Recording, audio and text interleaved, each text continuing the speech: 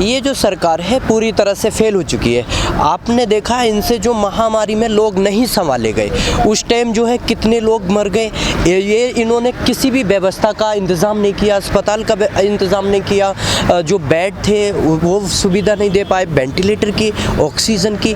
तो ये सारी नाकामियाँ छुपाने के लिए एक डाइवर्ट किया जा रहा, और एक्चुअली ये जो दिखाना चाहते हैं कि उससे इफ़ेक्ट मुस्लिम को पड़ेगा, ये चीज़ दिखाना चाहते हैं। लेकिन ऐसा नहीं है। बिल अगर आप लेके आ रहे हैं तो आपकी वो एक तो ये नाकामी है कि जिस बिल को जनता मांगती है आप उसको नहीं लेके आते हैं। जनता मांगती है, जो मॉब लिंचिंग हो रही है, जो अत्याचार हो रहा है, उस पर जनता बिल मांग रही है 7 साल से, आप उस पर बिल नहीं लाते हैं। जो महिलाओं के रेप होते हैं उस पर मतलब लोग जो बिल मांग रहे हैं उस पर आप बिल नहीं लेके आते हैं, लेकिन बिल लेके आते हैं ये CA NRC का।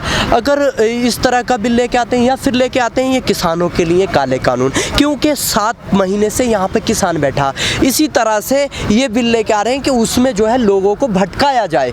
लेकिन आगे आने वाले उत्तर प्रदेश के चुनाव में किसान, नौजवान और भारत का इंसान भटकने वाला नहीं है, क्योंकि उसने राम राज्य भी देख लिया, इनकी डबल इंजन की सरकार भी देख ली। जो डबल इंजन की सरकार कहते थे, राम राज्य कहते थे, वो सब चीज़ देख चुकी है जनता।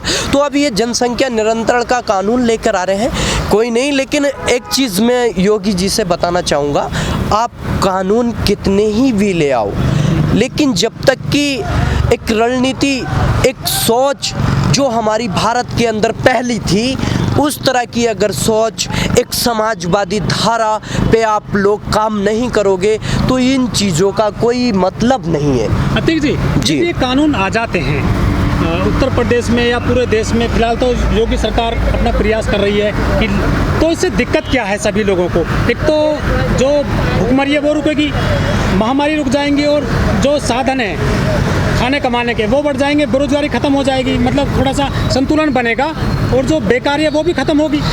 देखिए, हमें ऐसी सरकार नहीं चाहिए जो जनता को मारने का काम करे। 7 साल के अंदर केंद्र की सरकार ने भी जनता को मारने का काम किया। आप एक चीज सोचिए, मैं बताऊं, अगर इस सरकार से जनता को नहीं संभाला जा रहा तो इस्तीफा दे।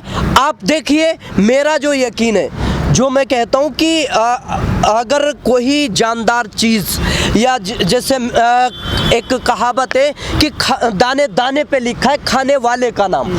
जो इंसान दुनिया के अंदर आता है अपने नसीब का लेके आता। अगर ये पार्टी बनाते तो पार्टी में क्यों ज़्यादा लोगों को लिया जाता, पार्टी को क्यों बड़ा करते हैं ये लोग? पार्टी को भी इसमें जो 10-20 लोग रहे तो वो कम खर्चा होगा उनकी वजह से जो देश में ज़्यादा आप यूज कर सकते हो। अरे ये जो 50-60 जो 400 विधायक है, इनको अगर तुम 5 स्टेट में करना चाह रहे, तो इस तरह से ये जो बढ़ा रहे हैं, और जनसंख्या में मतलब कि केवल 2, तो इस तरह की ऐसी चीज़ें, वो कुदरत की चीज़ें, 2-4 का फैसला वो करेगा, लेकिन इनके बस की कोई बात नहीं है। ये जो पूरी तरह से जो धरती के अंदर जो इंसान को संभालने में, जो सरकार को संभालने में नाकाम हो चुके हैं, उसके नाकामी से भटकाने का रास्ता है ये कानून। कोई आपको नहीं लगता कि छोटे परिवार से जो है अच्छी सुविधाएं मिलेंगी, एजुकेशन मिलेगी, बढ़िया रहन सहन का स्तर सुधरेगा, समस्याएं खत्म होंगी देश में, छोटे परिवार हो जाएंगे तो?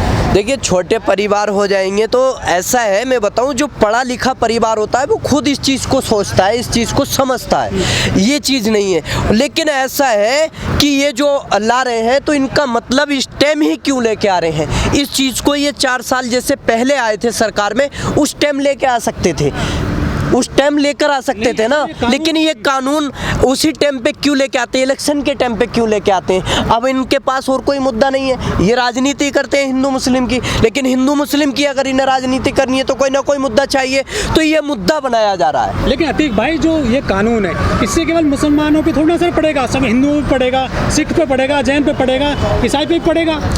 देखिए, कोई नहीं, वो सभी के लिए होगा कानून। मैं यही चीज़ बताना चाह रहा हूँ, ये इसलिए ला रहे हैं कि ये सोचें कि मुसलमानों पर फ़र्क पड़ेगा, इससे पूरे भारत के अंदर ये सभी के लिए है इसी तरह का कानून। हमें कोई उसमें वो नहीं है, मतलब इसका ऑब्जेक्शन नहीं है, लेकिन जिस कानून का अगर लोग ऑब्जेक्शन करते हैं उसको रिटर्न लो ना आप, इसको रिटर्न ले लो भाई, उसको लेके आ रहे हो, लेकिन इसको तो रिटर्न लोगे ना आप।